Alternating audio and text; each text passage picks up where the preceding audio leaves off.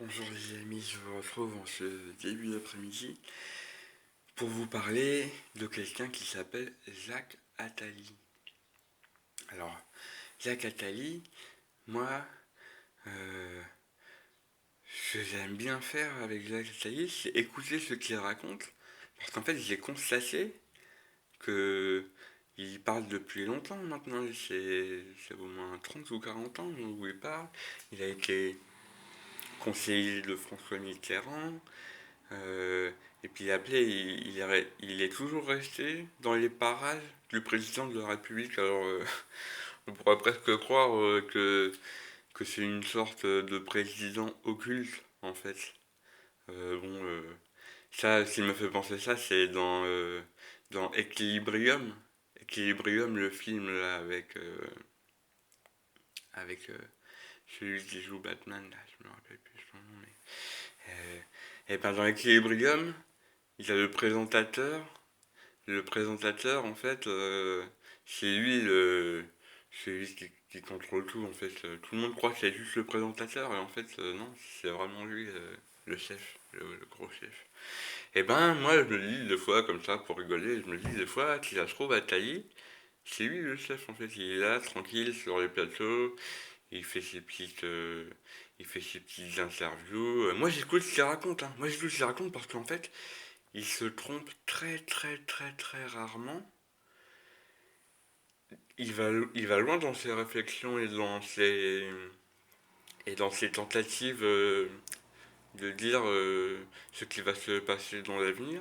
Je trouve qu'il se mouille, comme on dit. Il se mouille. Et, et du coup, il se trompe pas souvent. Donc moi, j'écoute tout ce qu'il dit. J'écoute tout ce qu'il dit.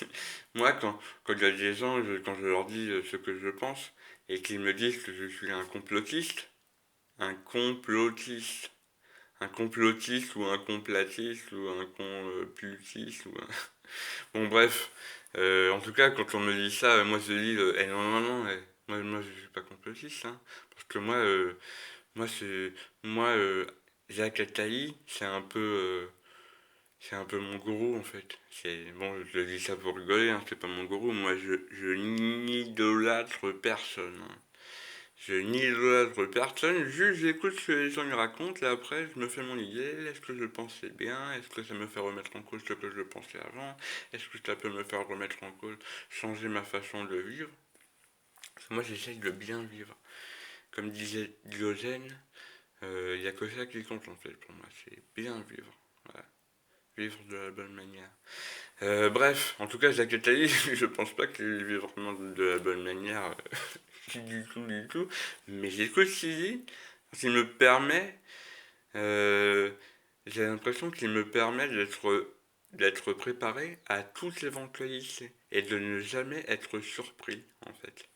Et ça, Diogène, moi j'aime beaucoup Diogène. Diogène, il disait que philosopher, quand on lui demandait à quoi ça lui servait de philosopher, il disait ça me sert à être prêt à toute éventualité. Donc, voilà. Moi, j'écoute Jacques Attali parce que pour moi, j'ai constaté qu'il se trompait vraiment, vraiment pas beaucoup.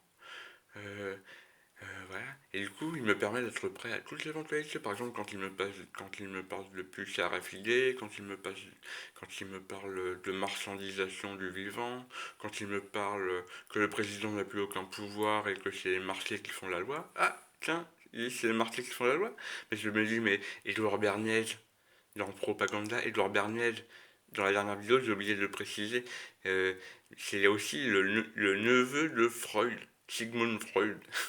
Voilà.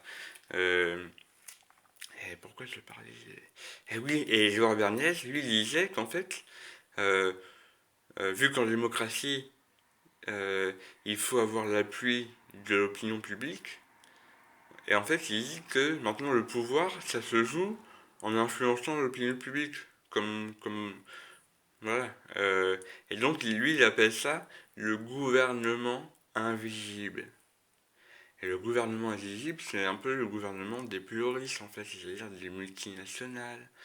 Euh, et voilà, et ça, effectivement, ça, Moi, je trouve ça complètement cohérent avec ce que je vois en fait. C'est le gouvernement invisible, des grandes multinationales, comme ils disent d'ailleurs dans Fight Club. Dans Fight Club, au moment, il dit il y aura la galaxie Starbucks, il y aura, je sais plus, en tout cas, il parle des grandes entreprises. Et effectivement, moi c'est mon impression, c'est que c'est vrai en fait, ils ont un peu des, je sais pas, je vais pas trop me mouiller pour aujourd'hui. Je crois qu'on est assis, un Zacateli. Zacateli, pour moi, c'est du lourd. Hein. Si vous connaissez pas, moi, je vous invite à le suivre très attentivement. Très attentivement et à regarder ce qu'il a fait avant.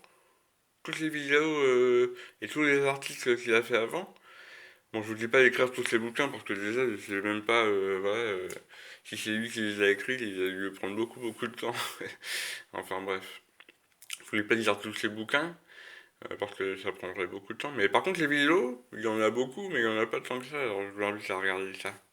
Euh, et bon, c'est pas pour vous faire sombrer dans la parano, c'est juste parce que lui, je pense, il dit les choses clairement et froidement. Il est pas en train d'essayer de se faire élire ou quoi. Donc, voilà. Mais écoutez, je vous laisse avec, à écouter la Catali et je vous dis à la prochaine, les amis.